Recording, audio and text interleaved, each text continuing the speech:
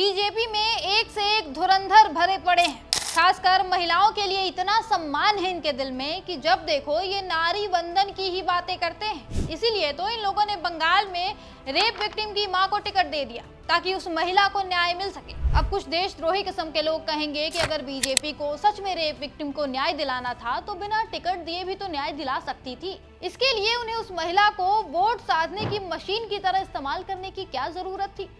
पर आप सबको उन लोगों की बातों में नहीं आना है।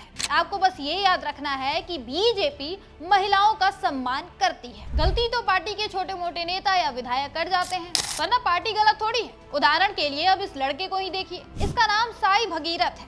ये मोदी सरकार के मंत्री बंदी संजय का बेटा है। इस पर 17 साल की लड़की ने यौन उत्पीड़न का आरोप लगाया है। लड़की ने शिकायत में बताया कि साई भगीरथ ने फार्म हाउस में उसे शराब पिलाई, फिर यौन उत्पीड़न किया।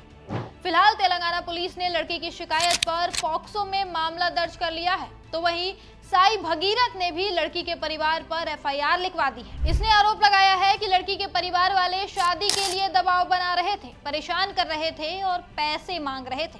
और हाँ, ये भी जान लीजिए कि ये कोई पहली बार नहीं है जब मोदी के मंत्री का ये बेटा गलत काम के लिए खबरों में है। 2023 में भी ये खबरों में था जब इसका एक वीडियो वायरल हुआ था। इसमें साई भगीरथ महिंद्रा यूनिवर्सिटी के छात्र को लात, घूसों और थप्पड़ों से मार रहा था।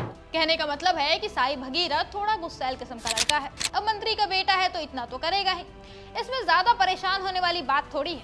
एक उदाहरण ये भी है। ये बरेली से बीजेपी के वरिष्ठ नेता ईशान सक्सेना है।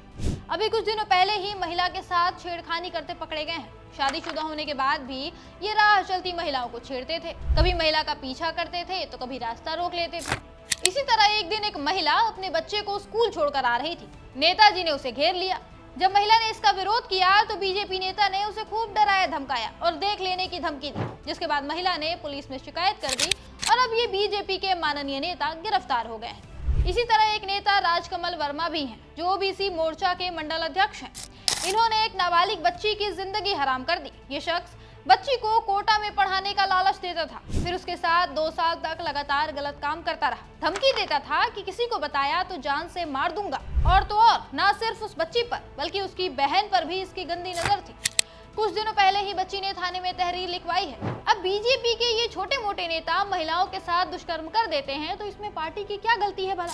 मोदी जी तो महिला सम्मान की बातें करते हैं ना, और सिर्फ बातें ही नहीं करते, वो काम भी करते हैं महिलाओं के लिए। उन्होंने ही तो महिला आरक्षण बिल लाया, उसे कानून भी बना दिया।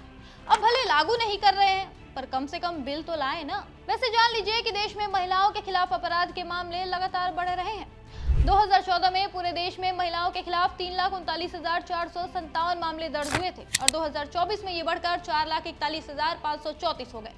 10 साल में अपराध में भारी बढ़ोतरी हुई है। इतना ही नहीं, देश के टॉप 5 राज्यों यूपी, महाराष्ट्र, राजस्थान, मध्य प्रदेश और पश्चिम बंगाल में महिलाओं के खिलाफ सबसे ज्यादा अपराध हो रहे हैं और इनमें से ज्यादातर राज्यों में बीजेपी या बीजेपी समर्थित सरकारें हैं। लेकिन आंकड़े चाहे जो भी कहें, आपको ये बात नहीं भूलनी है कि बीजेपी महिलाओं का सम्मान करती है।